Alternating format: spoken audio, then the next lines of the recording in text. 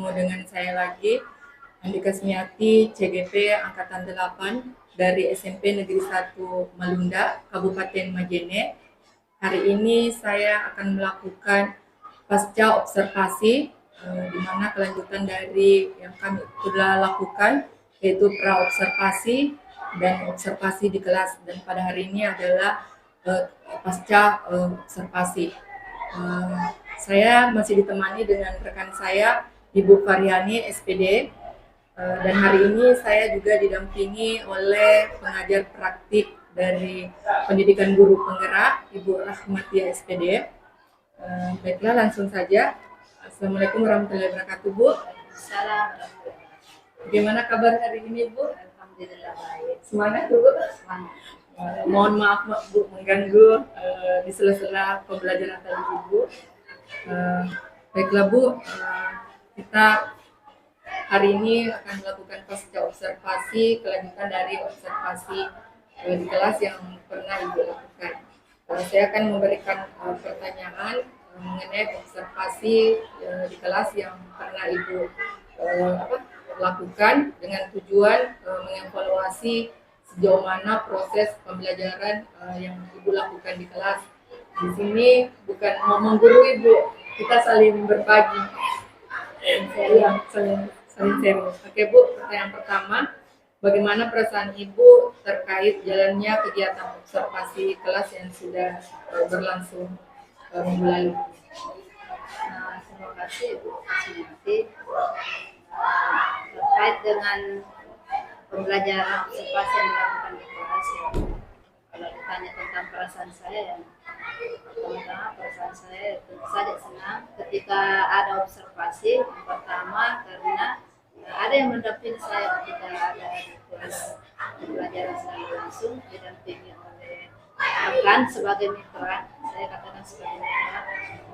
Kemudian proses pembelajaran yang saya lakukan saat observasi itu, saya merasa senang karena anak-anak sangat antusias dalam melakukan pembelajaran. Nah, itu yang membuat saya merasa senang. Kemudian ada yang mendampingi, ada yang melihat bagaimana proses pembelajaran yang saya lakukan di kelas.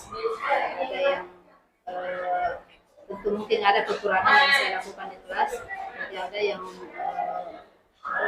memberikan semacam semangatlah, masukan semangat tentang apa yang saya lakukan di kelas itu.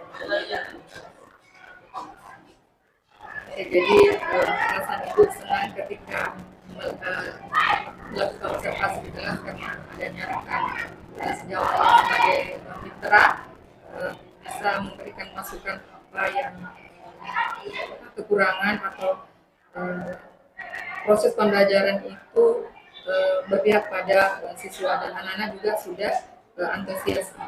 Oke, Bu, pertanyaan kedua, bisakah diceritakan kembali area pengembangan yang Ibu lakukan di dalam kelas, kemudian langkah-langkah atau tahapan pembelajaran yang sudah dilakukan di kelas?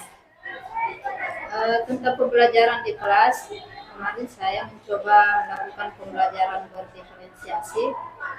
Area pengembangan saya itu di diferensiasi konten. Jadi di pembelajaran saya itu sebenarnya menggunakan alur tapi saya fokusnya di pembelajaran diferensiasi konten itu. Nah, di diferensiasi konten itu saya melihat anak-anak lebih bisa memahami materi dengan menggunakan berbagai variasi yang kita gunakan di kelas. Misalnya memahami materi lewat video, memahami materi lewat artikel, atau memahami materi melalui pihak lain. Itu yang area yang saya kembangkan di proses pembelajaran saya. Jadi area pengembangannya adalah pembelajaran berdiferensiasi konten, di mana langkah-langkah atau tahapnya adalah alur merdeka, kemudian juga anak-anak antusias, anak-anak bisa memahami pembelajaran yang dilakukan dengan lewat video, artikel, dan pihak yang ketiga. Kemudian menurut Ibu sejauh mana area pengembangan yang disampaikan tadi, apakah sudah berhasil dilakukan dalam kelas atau tidak? Eh, mengenai keberhasilan pembelajaran saya di kelas, eh, tentu mungkin ada kekurangan yang saya lakukan. Eh, Kemarin saya ketika diobservasi, kekurangannya yang pertama karena anak-anak itu tidak diperbolehkan bawa HP, jadi saya hanya menggunakan media yang ada di sekolah, misalnya LCD. Kemudian untuk mengembangkan materi mereka, saya menganjurkan mereka keluar mencari guru lain, misalnya ibu-ibu kantin. Mereka bisa bertanya melalui ibu kantin sesuai dengan materi yang saya ajarkan. Pada waktu itu karena materi yang saya ajarkan tentang sumber daya alam, pemanfaatan sumber daya alam, maka saya mengarahkan anak-anak yang ada sebagian ke kantin pelajari materi-materi yang diberikan di kelas dari sumbernya itu dari pihak luarnya, dari pihak kantin. Mungkin sudah terjawab ini Ibu. Menurut Ibu apa kekurangan atau kendala yang dihadapi saat proses pembelajaran dalam kelas? Ya ini tadi karena anak-anak tidak bawa HP, kemudian hanya LCD. Jadi untuk mengatasi kekurangan tadi adalah anak-anak dibiarkan keluar dari kelas dan menggali materi dari yang lain. Kekurangan lain yang saya dapati di kelas itu, kekurangan yang saya berikan itu, saya tidak mengefisienkan waktu. Saya terkendala di waktu sebenarnya. Dari pembelajaran awal, pembelajaran inti itu saya terkendala di waktu. Saya tidak memberikan batasan waktu pada saat pembelajaran. Jadi saya keteteran di pembelajaran akhir. Ketika sampai pada kesimpulan saya keteteran di waktu itu. Saya lebih banyak menggunakan waktu di ketika prosesnya itu banyak menggunakan waktu. Itu kekurangan saya. kemudian untuk mengatasi kekurangan itu apa yang Ibu lakukan? Tentu saja ke depannya saya harus melihat lagi, memanage waktu lagi, menyelesaikan waktu itu saya harus atur dengan baik, mulai dari pembelajaran awal, kira-kira berapa waktu yang akan saya gunakan, pembelajaran intinya berapa waktu yang harus saya gunakan nanti, kemudian pada akhir di kesimpulan dengan asesmen. Kemudian untuk materinya ini, karena anak-anak itu tidak diperbolehkan bawa HP, mungkin sebelum masuk di pembelajaran di kelas itu mungkin saya bisa share dulu ke grupnya anak materi-materi yang akan dipelajari supaya mereka lebih paham lagi. Jadi tidak hanya mengandalkan informasi dari guru di kelas, kita menggunakan Jadi tadi untuk mengatasi kekurangan. Kemudian apa rencana atau tindak lanjut Ibu ke depannya? tindak lanjut saya, yang pertama saya harus mengatur modul ajar saya dulu, mungkin mengatur langkah-langkah pembelajaran saya seperti mungkin ada lagi yang paling cocok yang saya harus lakukan di kelas. Kemudian tadi mengefisienkan waktu, itu mungkin harus saya gunakan ke depan. Yang paling penting bagaimana saya bisa di kelas itu anak-anak bisa memahami materi, anak-anak bisa mencapai tujuan pembelajaran yang sudah ditentukan. Kemudian dari rencana tadi tindak lanjutnya kapan terrealisasi rencana tersebut? Karena materi yang saya ajarkan UPS itu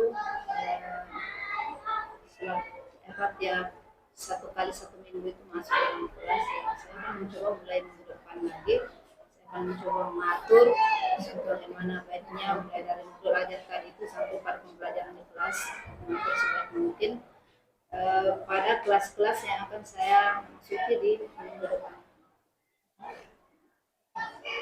Kemudian selanjutnya ini pertanyaan terakhir Bu, komitmen apa atau tanggung jawab apa terhadap pembelajaran Ibu di kelas? Sebagai guru, komitmen yang akan saya lakukan di kelas, tanggung jawab yang akan saya lakukan di kelas itu yang pertama, bagaimana di pembelajaran saya itu tercapai tujuannya. Pembelajaran itu kemudian dalam proses pembelajaran nanti itu muncul karakter-karakter yang diinginkan di kurikulum mereka ini, mulai dari kreatif, dari ringan dan enam karakter yang kalau bisa dimunculkan di setiap di proses pembelajaran. Itu komitmen saya.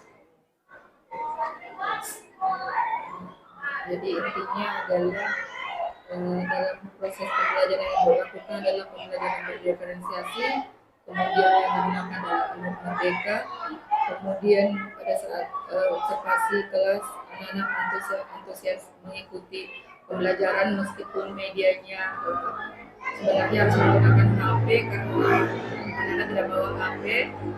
Kemudian itu juga mempunyai rencana ke depannya untuk memaksimalkan waktu supaya bisa semua proses pembelajaran bisa terpenuhi, tujuannya juga bisa tercapai. Saya rasa itu saja Bu. Terima kasih sudah meluangkan waktunya mulai dari observasi sampai pada hari ini pasca observasi. Sekali lagi terima kasih Bu. Assalamualaikum warahmatullahi wabarakatuh.